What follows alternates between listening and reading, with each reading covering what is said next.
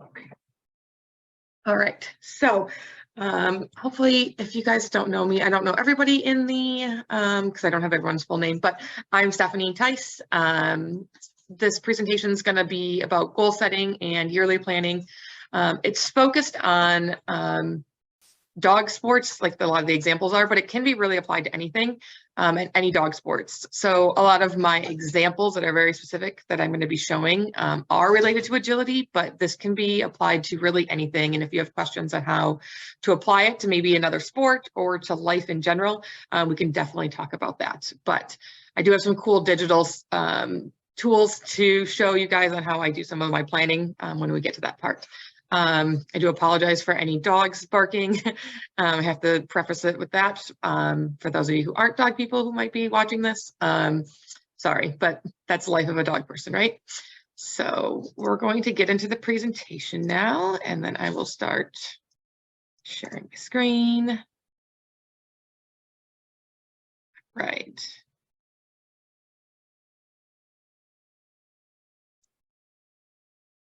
Go. All right, so goal setting and yearly planning. That's what we're here to talk about. So my background, aside from dog sports, is I am an engineer by education and by practice. I'm specifically a process engineer, so I focus on lean projects, making things as efficient as possible, organizing processes throughout the business, not just manufacturing processes, but our purchasing processes, HR processes, and making them as efficient as possible. So this planning comes really natural to me because of that. And so hopefully the way I break things down will make sense to you. I like to live in a world of reverse engineering a lot of things. So that's kind of how I approach both goal setting and yearly planning. So we're going to get started right off the bat. We're just going to dive right into goal setting. And the first thing I want to talk about goal setting is if you've done goals in the past, or even if you haven't done them formally, I imagine you made it through this past year with some kind of goals. People need goals in order to move forward. Having goals is part of fulfillment, and that's part of our biology and how we even exist. If you think back to even like the caveman days, there was goals that they had to survive and to live. So that is natural and inherent, and it's part of just being a human. So this process is just kind of just formalizing it and calling it what it is. So part of what we're going to do this initial session is doing a little bit of reflection. Did you accomplish some goals last year? Why or why not? It's really important to do this part at the very beginning, because this kind of gets you set into the right frame of mind on figuring out where you're at currently. So come to the reflection questions. Why were those my goals? Like, the big part of goals is not just the what, but the why. And then what factors are determining my goals for this upcoming year? And that's the part we're really going to talk about, is determining your goals. So when we do our first breakout session, I want you to guys keep these in mind, a little bit of the reflection on how this past year went for you on your goals and kind of the why. And then one of my favorite quotes I have down here: if you aim for nothing, you'll hit it every time, by Zig Ziglar. Basically, it's really easy to not have goals because then you can't ever fail. So a lot of people are afraid to set goals. A lot of people don't want to set goals because it always keeps them from failing. And it's not the most fulfilling way to live life, while it might be satisfying in the short term, because you don't have to deal with failure. In the long term, you're not getting the fulfillment because you're never actually achieving any goals either. So that's the flip side. So you want to set goals. You want to set goals that are difficult and challenging you, and try to push you and up-level your skills. And that's really the important part of the goal setting. You don't just want to set goals to check some boxes. You actually want them to turn you into a better person and make a more fulfilling life. So when we talk about goal setting, one of the biggest things we need to start with is understanding our values, because your goals need to align with your values. And that is a really important part of having goals, is that you want to be pursuing things that make you fulfilled, so therefore it needs to be aligned with your values. So if you don't truly understand and have a really good idea on what your values are, that's actually the first step I would suggest on taking, is really taking the time maybe to journal. You can even meditate on it. Just really spend some quiet time thinking about, like, what are my values? What do I value in my life? And what do I value when I look at other people? What comes to mind when you think about, or when someone asks you, what are your values? SMART goals. I think everyone has heard about SMART goals. Like, and SMART, the acronym has changed, and you can look it up, and it's written a few different ways. It's not necessarily like, I don't sit there and make sure that I'm meeting my SMART on every single goal. It's a guideline, but I find it very rigid, and I don't find it super helpful if you're really forcing yourself to write down goals that meet all these checkboxes. So I put it on here as like a reference point. Again, they're helpful if it's easy for you to come up with that. There are some important parts of it, but I don't think it's always important to like get nitty and picky about it being exactly a SMART goal. But your strong goals must have two things. They have to make you super excited about them, and they have to be hyper specific. So that's where the part of the SMART goal I think is really important, is the hyper specific part. So you could say you want a goal to, you know, if you want to be an athlete, right? Okay, I want to win a gold medal at the Olympics. Well, what kind of sport? Okay, I want to be a swimmer. Okay, what kind of event do you want to swim? Okay, freestyle. Okay, do you want to do distance? Do you want to do sprint? So the more specific you can make your goal, the easier it's going to be for you to set out the path to achieve it. So, and then obviously it being exciting, you want to work on something that really lights you on fire when you are struggling, when you are having setbacks. If your goal is not exciting, it's going to be really hard to push through those moments. So one of the questions you can ask yourself to help with that is, if you knew you would succeed no matter what would you pursue? So if no matter what happened in this world, if you would absolutely succeed at reaching 1 or 2 or 3 goals you had in mind for the next year, what would those goals be? Writing those down can be really helpful in, 1, figuring out your values, and then 2, also figuring out what makes you super excited. So basically your goal is, what are you trying to do? And then what is your why behind it? So again, you could want a gold medal at the Olympics in freestyles, short distances, so sprinting. But why? Why do you want that gold medal? That why is really the fuel for your fire. That is the most important part of setting a goal. There has to be a why behind it.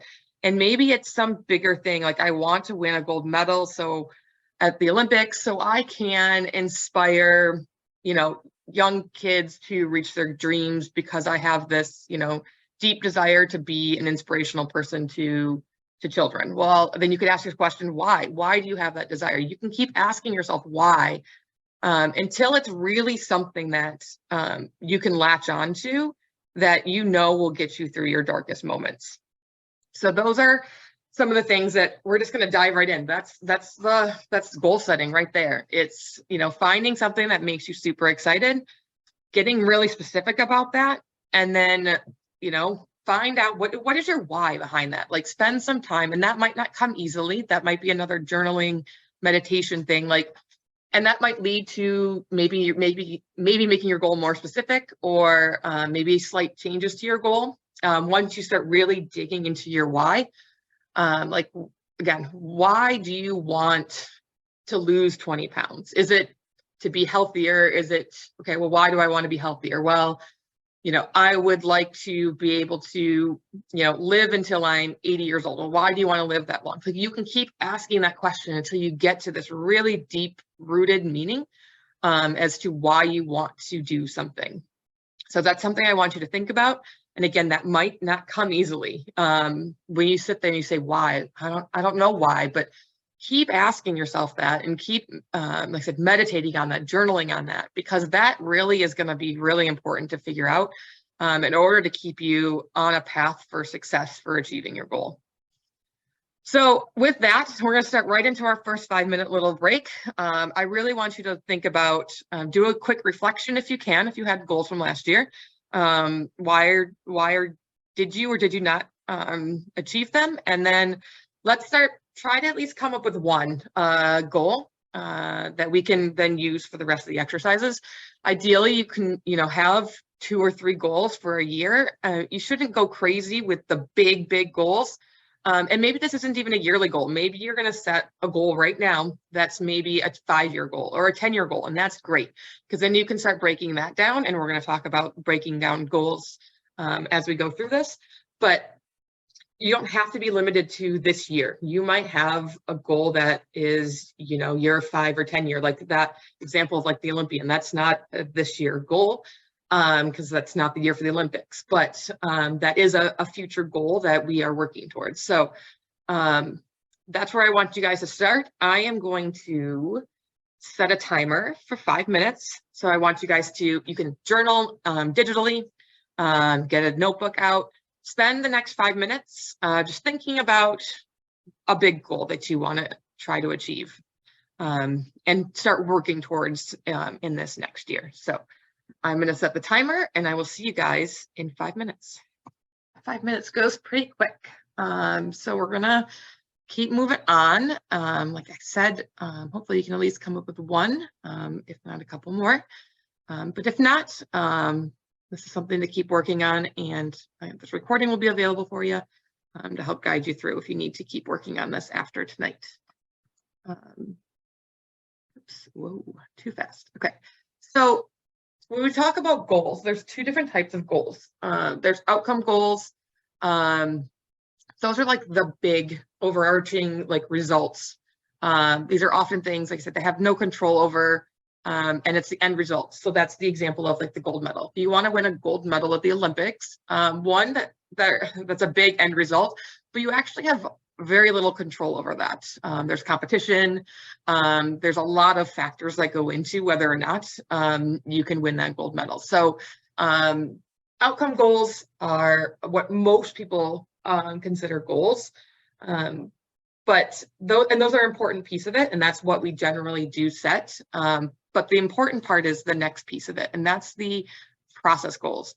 So these are small measurable steps that we take towards achieving a larger goal. These are things that we have control over, and it's really focusing on the journey, the process it takes to get from where you're at today to your outcome goal or your end result. So focusing on process goals, it changes our mindset because it's something that we have control over, and it's these small little things that we can do along the way that we can also then stop and celebrate. So we're not just fixating on this end result. And the process goals allow us to adjust courses as we're trying to reach our end results without feeling like we're not achieving a goal or failing to achieve our goal. So process goals can keep us moving in the right direction without feeling like it's just never going to happen. So they are an important piece to have. So that's really what I want to talk about mostly, is the process goals for your main goal. So we're going to look at that main goal that you wrote down in the last 5 minutes, at least one of them, pick. You're going to brainstorm 3 things that could be an obstacle in achieving your goal. And then for each obstacle, you're going to brainstorm at least one process goal that you can set to help you overcome that obstacle. So this is one example. So if I have this goal to lose 20 pounds, again, that's very end result. So the obstacle is maybe I have a busy life and I don't have time to cook, which is a very common obstacle, or you could say excuse. So my process goal will be, I will schedule a block of time 2 times a week to prep my food. So the process goal is something I can measure. That's 2 times a week. Did I have 2 sessions a week? I can evaluate this every single week and say, yes, I met my goal, or I didn't meet my goal because I didn't have 2 sessions. And then in those 2 sessions, I'm going to prep my food. So I can say, did I prep my food or did I not prep my food? So I can gauge myself on whether I'm successful or not in my process goal, because it's something that's super easy to measure. And then I can celebrate my success each and every week when I do achieve that goal. And then if I don't, I can course correct. So like, let's say 2 times a week is maybe too much. Maybe I can't get in 2 times a week. So after trying and failing at that for a couple of weeks, I'm going to say, hey, you know what? I'm going to bump this down to 1 time a week. And I'm just going to do, it's easier for me to do 1 larger session than maybe 2, medium-sized sessions a week, and make that adjustment. And then, see if that helps me get closer to my ultimate goal of eating healthier, losing 20 pounds. So that's kind of the idea behind process goals. Find your excuse, find your obstacle, and then set a really small, achievable goal, something you can measure that's going to help you get to your end result goal. So that's what we're going to do for another 5-minute little breakout here. So take one or 2 of your goals, depending on how much time we have. We're going to do 5 minutes and start thinking about your obstacles. I want you to think about at least 3 per goal, and then think about at least 1 process goal per obstacle. And you can always have more. Some of these are really easy to come up with, and some of them are going to be a little bit more challenging depending on your obstacle. And that's what we're going to do for the next 5 minutes. So I will set another timer, and I will be back to interrupt you in 5 minutes. I'm going to leave this up on the screen so you can see what we're going to be doing for the next 5 minutes, which is this little exercise here. Again, 5 minutes goes quick, so we're going to keep moving. I know you probably can do a little bit more work here, but again, I just wanted to make sure we have time to get through everything. There's a lot of pieces to building these goals, to making sure that we have the right framework and all the pieces in place to set us up for success. So the next step for our goal setting is metrics and milestones. So looking back again on picking 1 goal, we're gonna identify a main metric. It might be easy to come up with more, and feel free to add more if you can, to track if you're meeting your goal or not. Some of these might be challenging, and that's where going back and getting, again, hyper specific. You want to find something that you can measure. So that goal of getting a gold medal at the Olympics, that goal is going to be really hard to track because it's very just vague. So that's where maybe using your process goals as a way to measure is really important, if that you're on track or not. So you might need to do this for one of your process goals and not necessarily your main goal. It just really depends on how your main goal is written and if you can actually put a metric to it. And then I want you to take like a 90-day window. So that would be 3 months, and set at least 3 milestones you're going to measure. And what are you going to measure, which would be your metric. So the example of the weight loss goal, you want to lose 20 pounds, you can use weight, you can use inches, you can use your pant size. Week 4, my goal will be to be down 8 pounds. Week 8, it'd be 14 pounds. By week 12, hopefully, down all the 20. That would be how to set metrics and milestones. And then I did put this note again. If this is really, really challenging, you really need to get more specific on your main goals. Or again, you're going to need to go to your process goals and use those for your metrics and milestones. So we're going to take a few minutes here. Again, probably just do a quick this time. I think I put 5 minutes, but let's just do 3 minutes. We're just going to crank through this real quick because I want to make sure we're getting through this entire presentation, and the planning stuff is, for me, the fun part. So we're going to come back in 3 minutes, have you guys do 3 minutes of metrics and milestones. Down some ideas for that so we can move on. Again, feel free to post questions as we go, and again, I will leave time at the end as well if we need to revisit any of this. Okay, so now what? So we have our outcome goals, we have our process goals. So what are we going to do with these goals? It's great that we have them, they're written down, but now what? Repeat. Repeating your goals to yourself is super, super important. And whether that's just an internal monologue you have, I know people, put them up on their mirrors and do vision boards. There's something to seeing them, but there's more power in speaking them. So one habit you can get into is in the morning or in the evening, read your goals out loud to yourself or to somebody else, even better if you can. And And this might actually be, for some people, feel really uncomfortable, and that's pretty normal. So then start with just saying them inside, in your head. Maybe you're still a little scared because your goals are so big, and they're really, really pushing you, and that's great. That's actually a good sign, but you need to push yourself a little bit here and actually start to try to speak your goals, especially to yourself when you're by yourself. Build some small daily habits around your goals. So that's where the process goals are really important.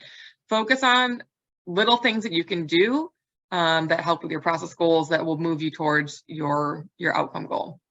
Audit your schedule. Are you daily, weekly? Are you doing something every single day to move you closer to your goals?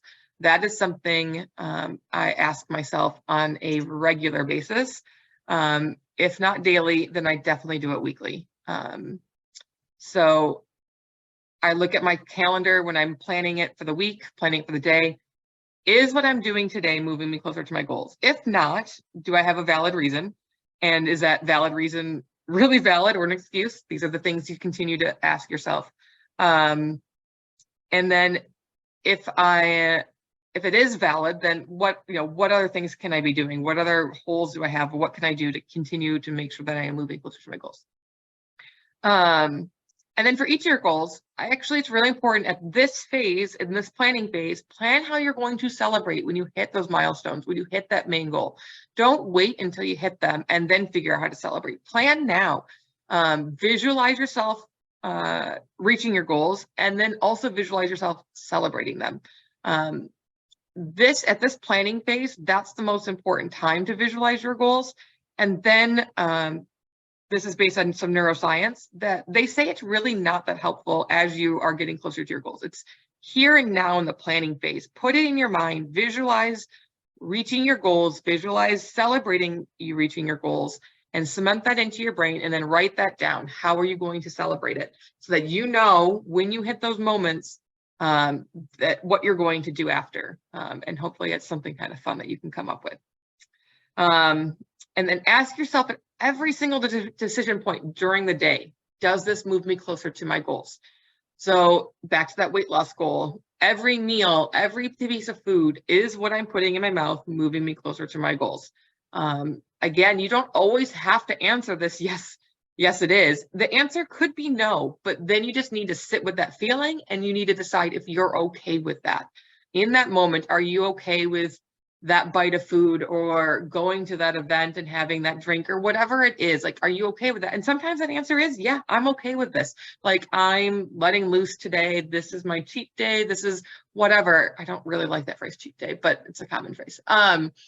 This is something that I'm okay with.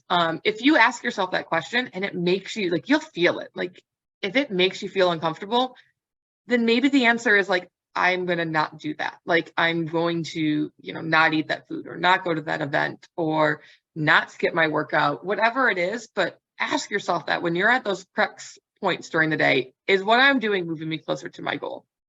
And then the last thing, share your goal. Share it with at least 1, 2, 3 other people. And I know this can be very, very challenging. Again, if you're reaching for something that you really feel is a far reach, or something that maybe you've kept inside for a really long time that isn't in alignment with your external identity, but it's in alignment with your internal identity. And so when you speak it to somebody who only knows your external identity, it can be very uncomfortable. But get to this point where you can find 1 person you can share your goal with, 2 people, and maybe it's after spending some time repeating it to yourself that you get comfortable sharing your goal with somebody. But find a way to share it with somebody. It doesn't have to be today, it doesn't have to be right now, but at some point before you actually reach your goal, find the courage to share your goal with somebody if it's challenging for you. If it's not, then shout it from the rooftops and share it with everybody, because it's only going to make you stronger for doing that. So we're going to spend just like 2 minutes. I want you to take your goal, and I want to focus on the number 4 point, the celebration. I want you to just take 2 minutes, look at your goal, just kind of close your eyes and think about what you're going to do when you celebrate reaching that goal. So again, we're just going to do a quick 2 minutes on this, and then we're going to move on to the next thing. That was quick. So just a quick summary on goal setting. Make sure you have clarity and focus on your goal. Make sure you have massive excitement towards that big goal. Your process goals might not make you as excited, but make sure that main big goal is keeping you super excited. Apply a lot of pressure on yourself to achieve your goals. Like don't just coast. Like put pressure on yourself. Get these things done. But be strategic. Make sure you're planning these things. Make sure you're planning your process goals. How are you going to achieve them? You're measuring and you're setting milestones. That's the strategy behind goal setting. And then take the action every day, every week. Ask yourself, are you moving yourself closer to your goals? And then evaluate and adjust. You might need to make changes along the way, and that's perfectly okay. And then the last one is just get gritty. Like you're going to have setbacks. You're going to have dark moments. It's not going to be easy. It's grit that's going to get you through. Have relentless pursuit for your goals. Get back up when you hit the mat and just keep moving forward.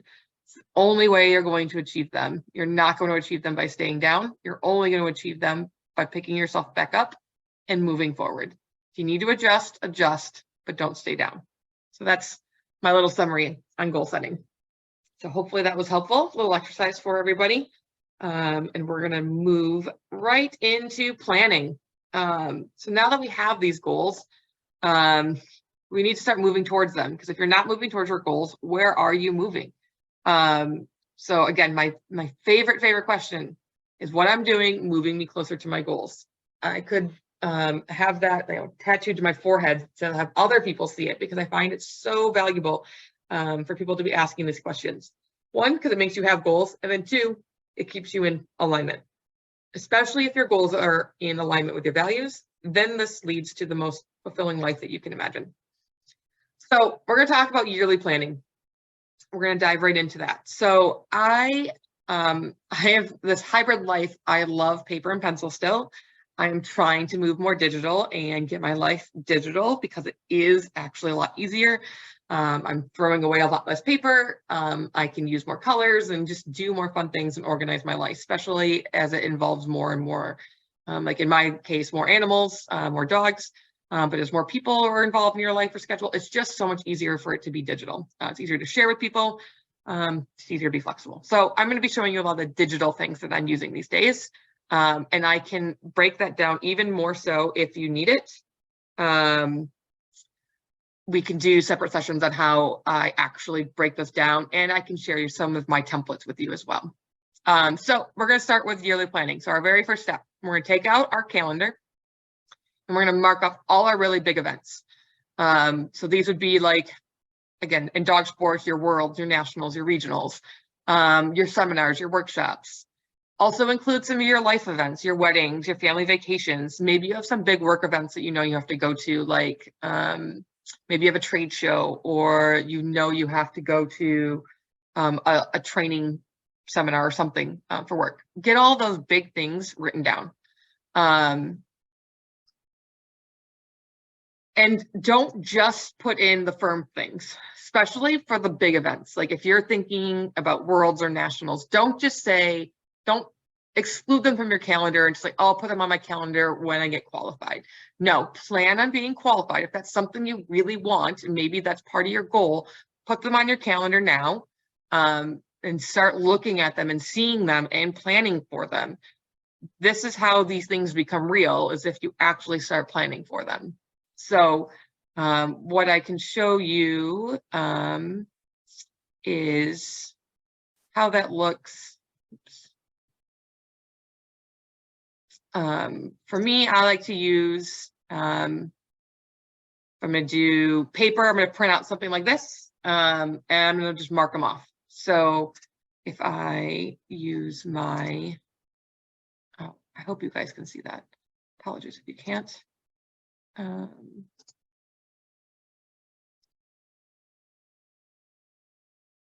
Actually, I'm going to have to stop sharing. Yep, see, this is all get all techie. It gets complicated to share my whiteboard. So if you have one of these and you want to do it on paper, you know, take your big events and start marking them off. So like, that's a big event, you know, that's a big event, you know, that's a big event, and just start marking them. If you're doing it digitally, start adding them to your digital calendar. I like to use, these days, I'm really into using Notion for doing all of my planning, and I can share my template for that with you guys. Let me open that up real quick. I thought I had it open, but I closed it.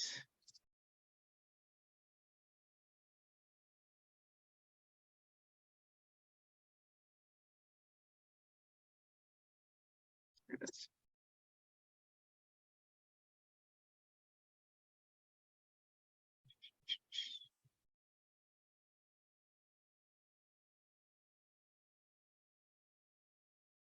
Okay, so in this app called Notion, it's a free app. I put in my big events. So I'm putting in my US Opens, my WAOs, my Sino-Sports, my AKC Nationals. So for here, I'm just typing them into a table and just typing in the dates, the name of the event, what organization it is, where it's located. And then I like to put a status: confirmed, not attending, unconfirmed. Unconfirmed might be I'm still on the fence about going. Confirmed is like, yeah, no, that's on my calendar and I am planning for it. Maybe if I have any notes about who's going to be there, and then which dogs I plan on taking. If it's a dog sport event, that's fine, important. It's a family thing, put in a note that's a family thing. If it's a work thing, I'll put in a note, you know, that it's a work thing, where it's at. So just, again, this is just a way I digitally have started to move my life, and then I can see it all on a calendar. Right now it's not showing because it's filtered. So remove all the filters. So this is what digital life can bring, which is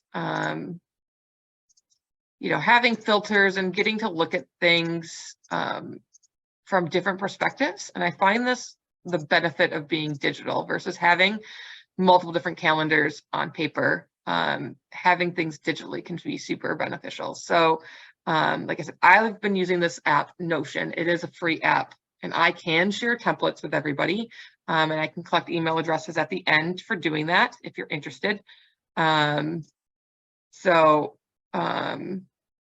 Yeah, so let's go with back to the PowerPoint real quick. Sorry, I get really excited about the tools. So step one, let's plan out, let's grab our calendars. If you have a digital calendar or you have your paper calendar, start mapping out your big events and get those written down, because we're going to work around those. Or just write down maybe a few, maybe the first one that's coming up for the year. Maybe that's AKC Nationals, maybe that's a regional in the spring, maybe it's WAO, maybe it's EO. Those are kind of some big things that maybe come up in that first half of the year. So pick one of those, start filling in a calendar. Again, going to take a minute to let you guys do that. Let's just do, sorry, we're going to do 2 minutes because I just want to get through some of this for you guys. But again, I want you guys to also be working. So oh dear. So grab your big events, get them on your calendar. Hopefully most of you already have them identified at this point. Especially agility people, I feel like we kind of know when these things are and already have started planning for them. If you've got some other big events, yeah, these are things that hopefully are related to your goals. If you're planning for the year, hopefully you have events that help you with your goals. So hopefully we have at least a couple written down, so at least hopefully the first one. Yearly planning. So with big events, it's really important to start breaking things down into phases. And I like to use the analogy that's used in sports, that there is a preseason, there's a regular season, there's a peak season, which is commonly like the postseason in a lot of the major sports. And then there's a rest and recovery season. All four of these seasons and phases are super important, and they all should belong with every single big event you have on your calendar. Oftentimes, we shorten these or maybe even remove them completely, depending on our calendars, but we should really try to include at least some of all four phases in every single big event. And so what that will look like is taking those the weeks before and after a big event and kind of like highlighting them or labeling them as what they're going to be used for. So we talk about preseason. This is kind of like an 8-week time where we're talking about closing skill gaps. And we're specifically for dog sports, we're talking about both the dog and the handler. So if you are attending events at this time, you're testing your skills, you're proofing skills, you're using like training in the ring. If you're focused on fitness at this time, you're going to be doing, maybe this is really the time that you're really pushing your body. So you're going to be doing a lot of your weight shedding or gaining if you're trying to gain muscle or weight. So with weightlifting and some really heavy conditioning, this is when you're really pushing yourself. This is when you are really, really fatigued after all your workouts. You are going all in from the human side if you're in the pre-season phase of a big event. The regular season, 6 to 8 weeks. This can be shortened if you need to. This is coursework. This is testing. This is building confidence in your skills that you're going to be needing in the peak season. This is attending events with the intention of competing with the same intention of your goals for your peak season. So if your goal for your peak season, which is the time that you're going to be competing in your main event, is to win it, then you're going to be running these events like you're going to be trying to win them all. If your goal for your peak season or for your main event is to be, is to go 4 for 4 clean, then that's how you're going to be, running these events during your regular season. You're going to be focused on running, fast and clean. So different things for different goals. So it really depends on what your goal is for your peak season. On the human side, you're shifting your focus to getting in peak physical shape. So you're less focused on your weight changes and fluctuations. You're not really focused on losing weight or bulking. You're really focusing on just being a physical beast at this point. And getting really specific with your training. So if you want to become a faster runner, you're going to be running a lot more at this phase. If you want to become a faster swimmer, you're going to be swimming more at this phase, versus previously you're just focused on weight loss and just generally improving your fitness. The peak season, so this includes your main event. So 2 weeks before, when you kind of just go back into confidence building, reinforcing your confidence, going back to some skill work. And then the week before, going back to your easy movements. On the human side, if you talk to human athletes, we call this like the taper season. This is when you go back 1 or 2 weeks and you really taper down. You're still continuing to move, you're still continuing to work out, but you're taking your muscles out of a fatigue state and getting them into a ready to compete state.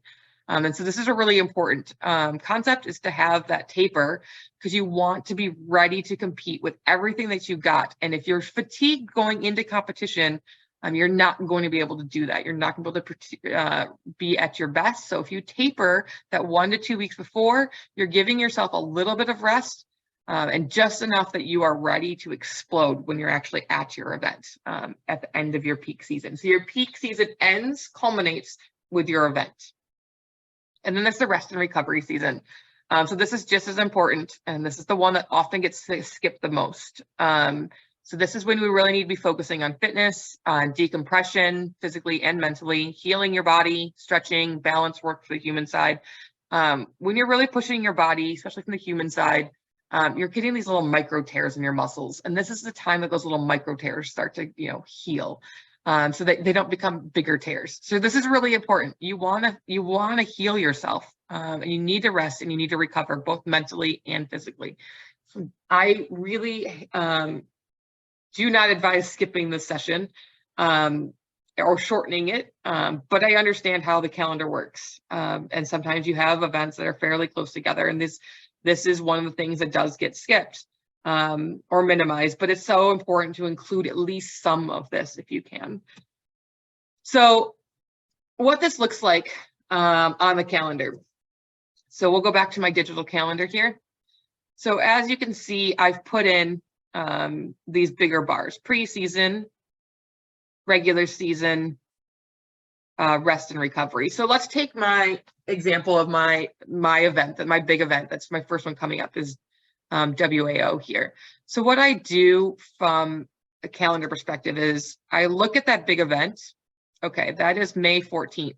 So then I schedule my peak season to include that. And this calendar, I've also, it doesn't overlap, but it's going to go a couple weeks beforehand. So my peak season, when I start to taper, is going to start on April 30th. So you got to work backwards when you're doing the seasoning. So, okay, I'm going to work backwards. I want to put 2 weeks in for my taper. Okay, so my taper is going to start on April 30th. Okay, now I'm going to schedule in my regular season. So I'm going to back up 8 weeks. For me, that sounds about right. I might need to adjust. I've not had to go to an event at this level before, so this is kind of new for me. But we're going to see if 8 weeks, how 8 weeks feels. And then from there, I'm going to back up into my preseason. I'm going to make that pretty long for where I'm at.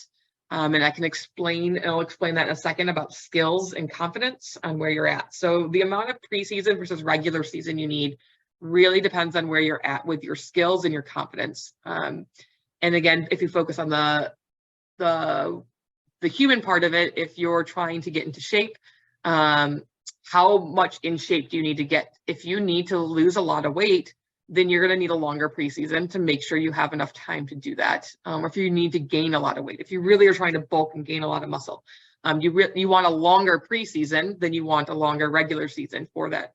To be able to do that in a healthy way. And then I backed up from my preseason to my rest and recovery from my previous last large event. That's just by default because that was the last big event that we had on our calendar. So what I would do is do this for every single big event. So I've listed here, you can see 3 more big events. And so you can see how this gets challenging when 2 of these are really close to each other. And actually 3 of them are really close to each other. So I might not prep for, I might have to pick. I might actually have to make a decision which of these events is more important to me to really hone in my schedule for, because they are so close together. So this is where prioritization comes into effect. And this is where your goals come into effect. So which goal is more important to me? I have to rank them at some point. Is my goal to, get for, in this case, go to UKI in Canada and get a gold medal there more important than standing on a podium at US Open? You have to pick. You can't be both in some cases. These events are just too close to each other to really get the full 4 seasons in. So one of these might get downgraded to not a big event, and maybe it just becomes part of the regular season to help me prepare for. So maybe like in this case, like Cynosport becomes a regular season event for me that prepares me for US Open, because my goal is more important at US Open than it's Cynosport. And if it was the other way around, maybe Cynosport's my most important. So then I'd have to really consider, is US Open even possible, because that's technically during my rest and recovery phase. And then decide, again, these are ranking your levels of importance based on your goals and based on your values. These are why we do that initial brainstorming when we start goal setting.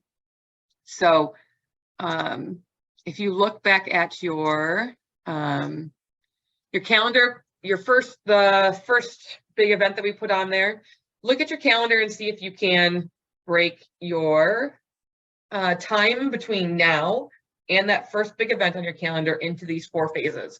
Let's just spend 2 minutes doing that real quick. And just, again, I just want you to go through the exercise, make sure if you have any questions, I can answer them here. So look at that, look at your calendar real quick and start to highlight when your preseason starts, your regular season, and your peak season start for your next big event or your first big event of 2023. Give you 2 minutes for that. So the next big part that plays into what we're talking about the seasons is your skill assessment. So we're talking about the preseason and the regular season, and that really comes down to how much preseason do you need based on what skills you have, both, and again, for dog sports, both the person and the dog. You want to look at both. And what skills do you need and what skills do you have, and that gap. You want to try to close that gap as best you can, obviously, before your main event. So we want to look and do this in a systematic way. And the way I do that is I actually catalog my skills and I rank them. And I do this in a way with math and formulas that I've made up that make it so I don't have to make decisions when it comes down to what am I training. So this is just an example. This one isn't perfected, but let's just say based on my audit of my skills, I listed all my skills. I did some work on, what skills are related to what other skills and how often those skills are used in a course. And that's kind of how I come up with this formula.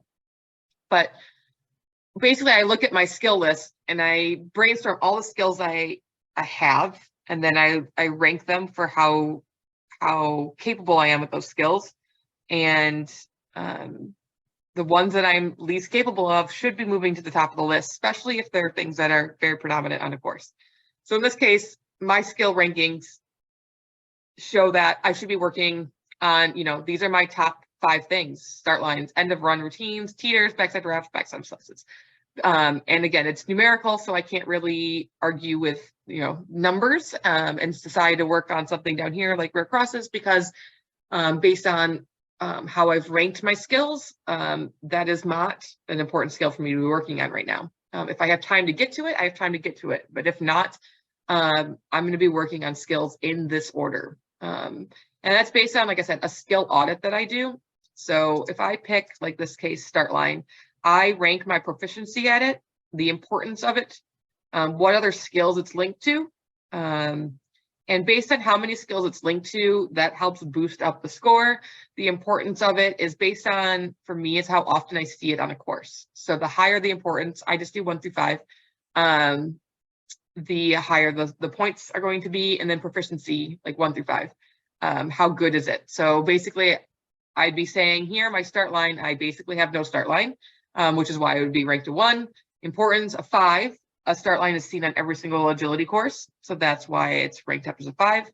Link skills, so some other things, and again, some of this isn't perfectly correct because I've been playing around with my database, but for example, a start line could be related to your end of run routine, your A-frame exits, your jump wraps, and if I think of other things, I can add things in here. So my start line could also be related to my sticker skills.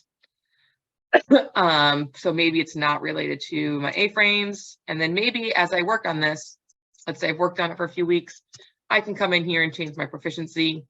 And then I can look at my skill summary at any given time.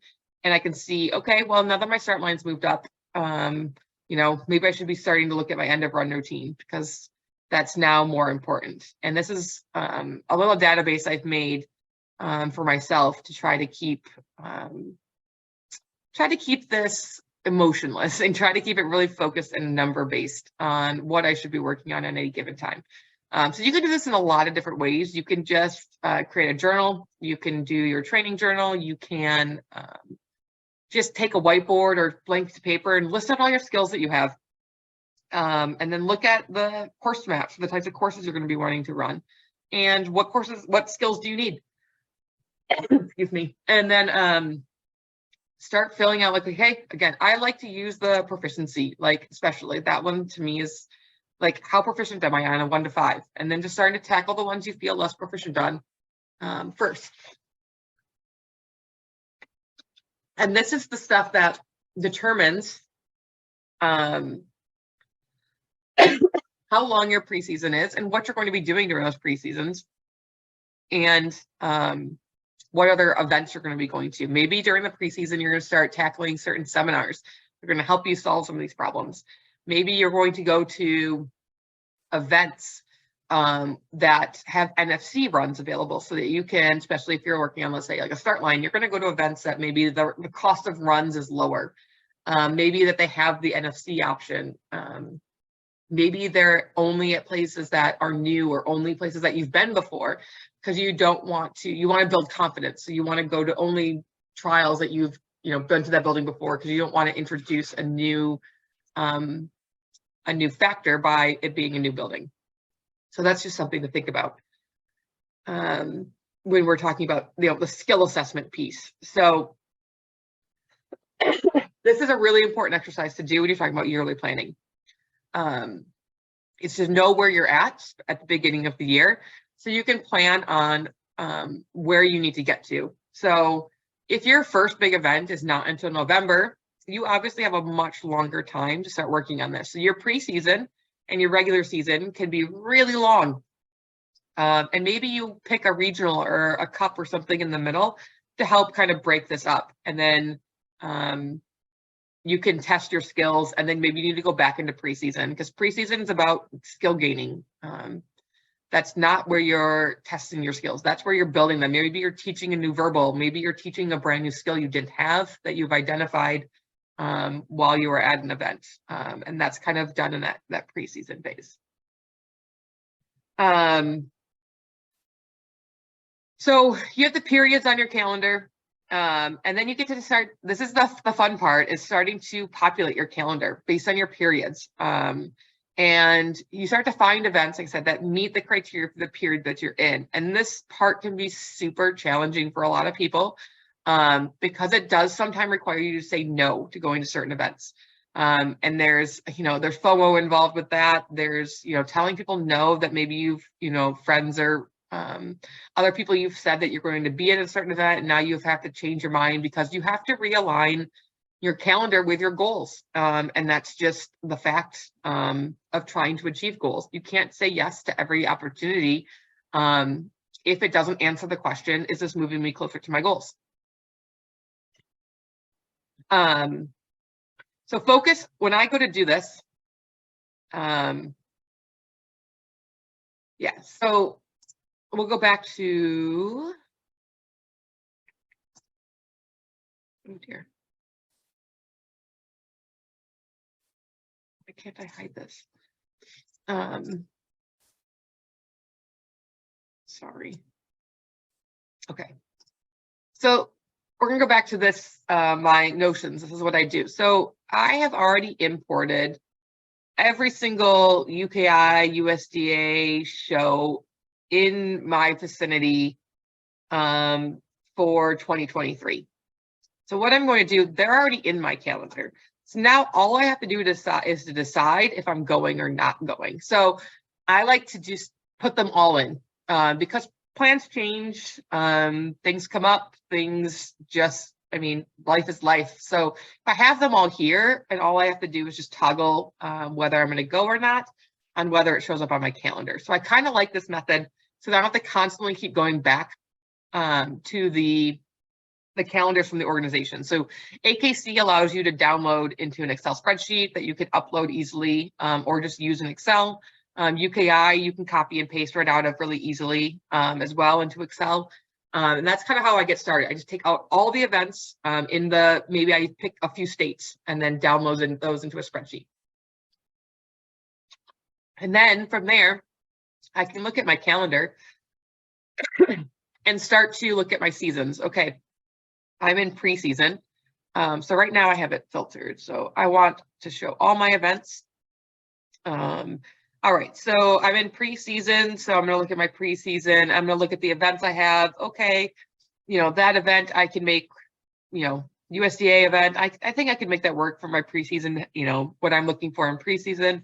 UKI, yep, I can make that work. I start looking at some of these other things and I'm like, yeah, I can make that work. And if I can't, then I can go in here and I'll just change it to, you know what? I can't, that's no longer an event that's going to serve me. I'm going to change it to not attending, and it just won't pop up on my calendar anymore,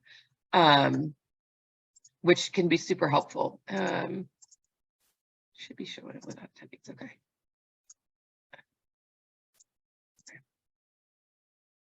Yep. So that's how I start by, that's why I like to highlight my seasons first, and then gives me a reason and an easy way to say no to an event that might not align with my goals for that season. And again, or your overarching goal, like don't be afraid to say no for things that are just not in alignment with you. And it's okay that maybe it's something you did previously and you have to say no this year because you're constantly changing. You're recognizing your goals, your values. So that might change your behaviors. So therefore, you might say no to something you've previously said yes to, and that is okay. You have that right to say that. So this is the time I take my calendar and I really start to kind of slash it. I'm like, okay, well, I have all of these events showing here. I could go to all of them, but do they all serve me? And there are other things that are factors, right? So I put notes in here like judges. So I'm like, if I'm on the fence about something, I'll be like, well, okay, so let me look at my notes. I really want to go to an event, in this window. It's like, well, that judge or that surface or that driving distance, that time of year, all come into factors on whether I toggle this from not attending to confirmed. And that's kind of why I like doing this in a database as well versus online or on paper. It's just so much easier to, instead of crossing something off, it's just so much easier to just, okay, I'm going to change this. Okay, never mind. You know what? I do want to go to that event. I'm going to change it to confirmed. Or maybe, you know what? I'm still not sure. I'm going to leave it unconfirmed because I want to see it on my calendar still.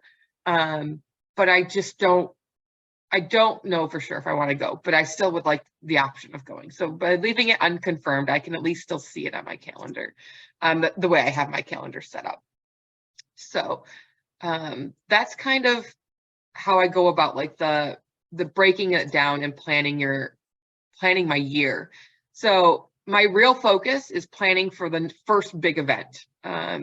Because events change and goals change, I have a lot more unconfirmed events as I go throughout the year because I don't know yet. Until I finish my first big event, maybe try to get to my first goal, I don't really have plans yet. So I'm going to kind of leave the second half of the year kind of open while I really focus on, trying to get to that first big event. And that's kind of how I tackle and reverse engineer this planning phase. Yeah, so that was the notions. And then you start breaking down which, each week, and set your process goals for those weeks. And so for that, I use a lot of different tools. Again, I use Notion, but I also, this is the paper one I print out, where I have just 3 months on a piece of paper. And then I put, week 1, what's my goal, and objective for the week. Week 2 on here, I can say, highlight which days are my training days, what are my workout days, what are my fitness days, what are my weightlifting days, what are my yoga days. You can put all that on here and really start to plan out each week from a high level on what your goal is for the week, what are your objectives, what are you trying to get done for that week. And that it goes back to what events you're going to. If you plan the local events, like I said, say you picked a 2-day trial you're going to go to, making sure you put a rest day afterwards, or a rest day beforehand, or whatever your rhythm is that you're used to, or that you want to have. Maybe you need to shift your personal, like if you have personal fitness goals related as well, maybe you need to shift your workout schedule. Maybe you're used to doing yoga on Saturdays because that's your relaxation stretching morning, but you have a dog show to go to on Saturdays. Okay, well, I'm either going to still get up early and do my yoga, or I'm going to move my yoga, maybe to Sunday because I'm not doing the dog show on Sunday, or I'm going to move it to do a double on Friday, or I'm going to do my yoga after I do my strength training for the day, whatever that might be. But if when you look at it zoomed out like this, it's kind of a way to break it down, and really important to do it not just daily. Like, don't just go on a whim. Have a plan. If you really want to achieve your goal, you need to have plans on how you're going to achieve it. So we started with the whole year, and now we're zooming in for months, and now we're zooming in for weeks. And then the best practice you can come up with for you is whatever you can stick to. And for me, that's reviewing my weekly or my daily schedule and my weekly schedule at least once a week, if not daily.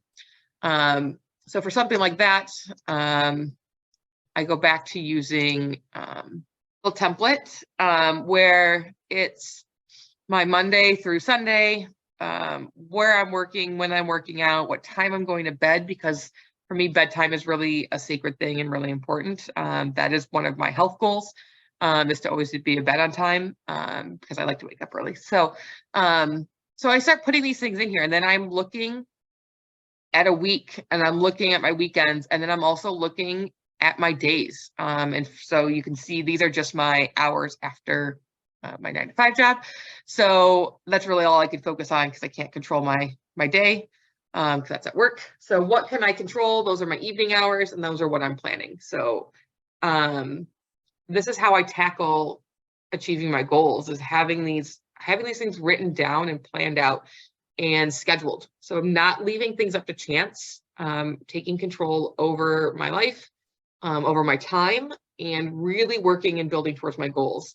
And so this is something I sit down and review for daily, just to make sure I know what I'm doing for the day, but I actually type this and write this all out at the end of the week.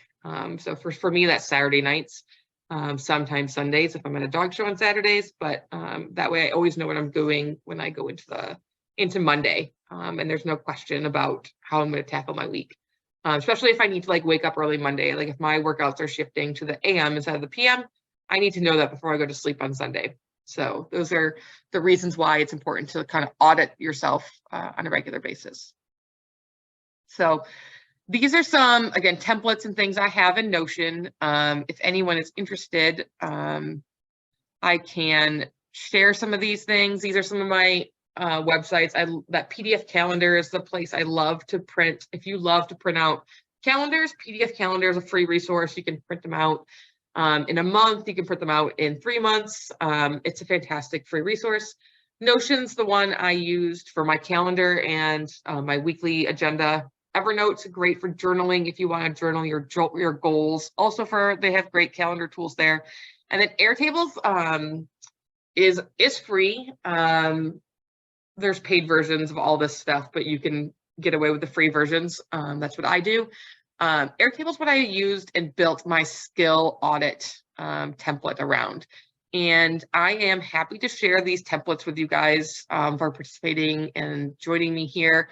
What I'm going to do is put a Google survey to collect your email addresses in the chat before we sign off tonight. And if you fill that out and you get me your email addresses, I will send out templates for Notion, for Airtable in particular, and you can try them. And then if you have questions, and if I get enough people with questions, I am happy to do a very specific session on how to use Notion for dog training and dog planning, or Airtable. I will just quickly plug one of the other reasons I really like Notion, if you've never used this before, because it also can be your dog training journal too. So let's say I had one already here. This event. Let's say I went to this event. After this event, I can open this up. I can put a note in here. The last day to enter is, I can put my closing date, but I can also come in here and I can add an attachment, which means I can add a course map.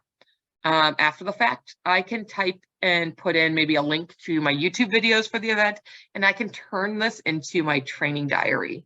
So now not only do I have my planning all in one place, I have my training diary and my trial diary all in one place as well. And this is just way more powerful for me that I have found, because all of my information is in one spot. So I just learned about Notion not that long ago, but again, I'm just using the free version and it's super powerful. So if anyone wants me to do a session on how to optimize and use Notion, I'm happy to do that.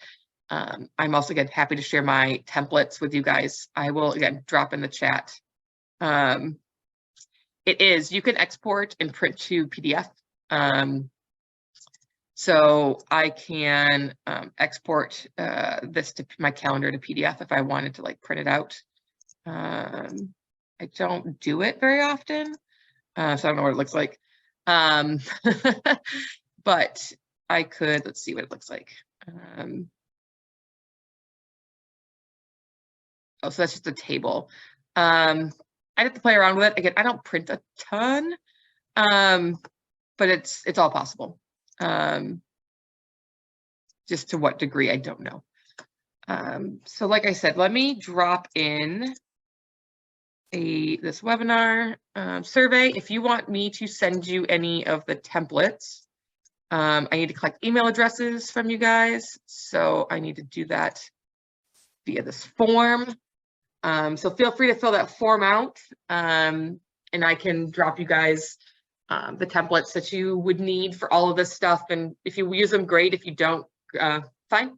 It's easier if I just send them to everybody. Let's see. I think that's all I had. Yeah, so that's all I had for goal setting.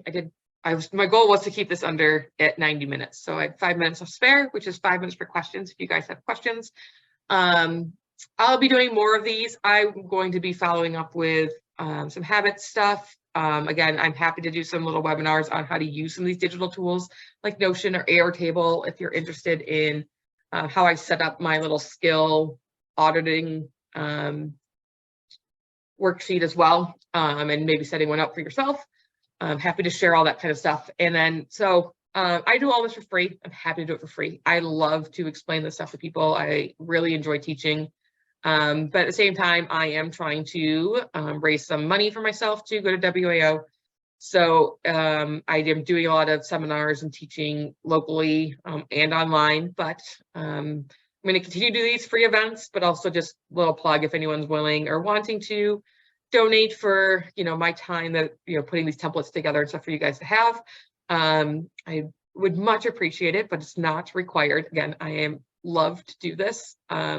If anyone was in my US Open Prep group, did that for 4 months, no problem, for free. And because I truly enjoy sharing this stuff with you guys. So, but also I wanted to put my shameless plug in here because I'd be remiss if I did not. So with that, if there's any other questions, you can hop on, turn your mic on and ask them,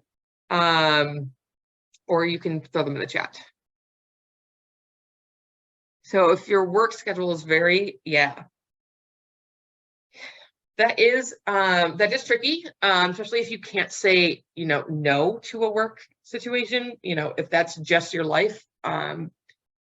You're stuck in this limbo of just living with events on your calendar that are unconfirmed. And then, hoping you can, find the events that allow you some flexibility. So organizations that allow late entries or day of show entries, those are going to be the ones that you target the most. And then and if those aren't your favorite venues, or organizations, then finding the spaces in your calendar that you absolutely can put in the ones that are your favorite that don't have the same flexibility. It is more challenging when you can't schedule day to day, and that's where maybe a morning routine or an evening routine is really important, where you sit down and look at your calendar every single day. Okay, I now know what tomorrow is going to bring, so I'm going to plan tomorrow. And I find that super helpful if you have, if you make that part of your morning routine or your nightly routine. Like, you don't go to bed without checking your calendar. You don't wake up in the morning, the first thing you do, you brush your teeth, but then you sit down with your calendar for 15 minutes and you plan out your day, making sure that every day you're living with intention and moving yourself closer to your goals. How many events do you enter? How many is too many per month or per season? So, in our regular season, should we be doing more events? So that's really a question. One, there's lots of things, lots of factors that go into that. Financially, what can you afford? Physically, what can you, as the handler and your dog, do? And again, is it is it actually benefiting you? So by going to these events, are you going to be gaining something that you can't gain from not going to these events? And that's what I asked myself. So in the preseason, for me, going to events is only important if I'm working on testing skills and doing things that I can only get in the trial-like environment. Otherwise, I'm spending more money and more time to train that I could be doing in less time at home. So same thing with like classes. Like if you do group classes, really ask yourself, are they really giving you some benefit that you can't get maybe training by yourself or renting floor time and training privately with a friend or by yourself or doing an online class, because it's all about time, and time is currency, and time's the only thing that you cannot get back or make more of. So it is really, really important that you take that into account, that are you using your time in the best way to move you closer to your goal? So that's how I answer that question when it says, oh, how many events am I going to go to this month? Well, events take up my entire day. Am I willing to give up my entire day to go to this event or more?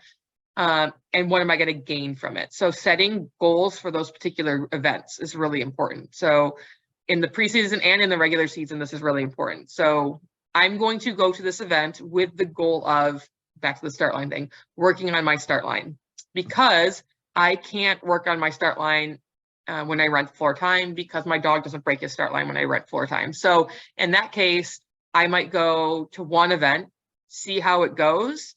And if I feel like I'm making really good progress, I might confirm a few more events and say, okay, yeah, I need to start going to more because I'm getting the benefit from going to events that I thought I was going to get. If I go to an event and I'm not getting the benefit I thought I was going to get from it, I might have to pull out from events and be like, okay, nope, I'm not getting the benefit from these events that I thought I was. I'm not going to be going to as many events as I thought because I need to spend more time training. And that definitely happens more in the preseason. When you get to the regular season, you should be pretty confident that you should belong at those events. Like, I have the skills, we're here to test them. I'm here to run, I'm here to win, I'm here to do whatever it is, run clean, whatever your goal is. But you still should have very specific goals for each of those events. And that's how you pick the classes you're entering.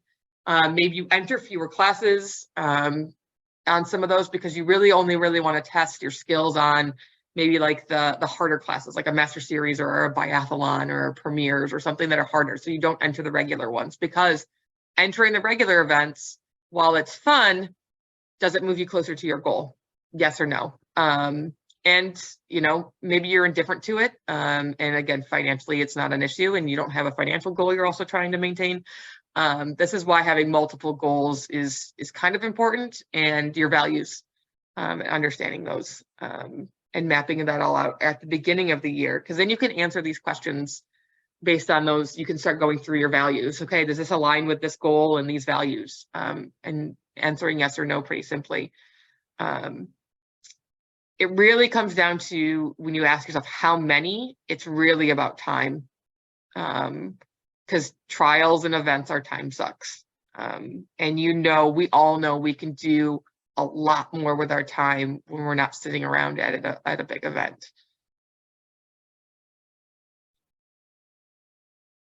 So I hope that answers those questions. And again, the Google form is in there. I hope everyone got a chance to put it in again one more time. Make sure you guys see it and fill it out if you want access to the templates. Play around with that stuff. It can be really fun, and this is the perfect time of year to do it. Hopefully for you guys have a little bit more downtime. Those of us in the Midwest, we have a winter storm coming, so you're gonna be hunkered down anyways at home. So why not get online and maybe play with some digital tools to help make you more organized. And all this stuff has apps, so you can do it on the computer or on your phone. So you don't have to just be glued to your computer at all the time. And that's why I like Notion for being my training journal, because again, I can upload videos to it and like course maps and stuff right from my phone at a trial even. Or my results. I can take a picture of the results sheet and just upload it to my Notions, and it's all in one place. So, and I don't work for these places. I don't get really any kickbacks, I don't think, especially if you're only using the free version. So they're just shameless plugs for these apps that I love.